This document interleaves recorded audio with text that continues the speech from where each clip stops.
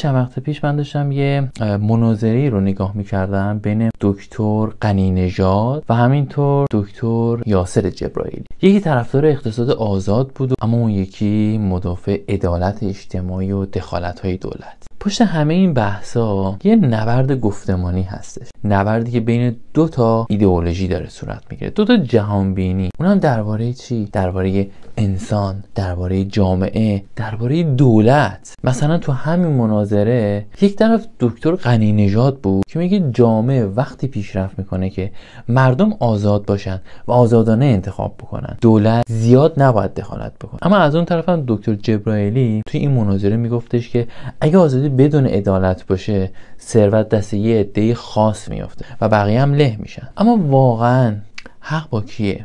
کی داره درست؟ حالا از دید جامعه شناسی این دوتا نگاه چه تصویری رو از جامعه ایران داره ارائه میده؟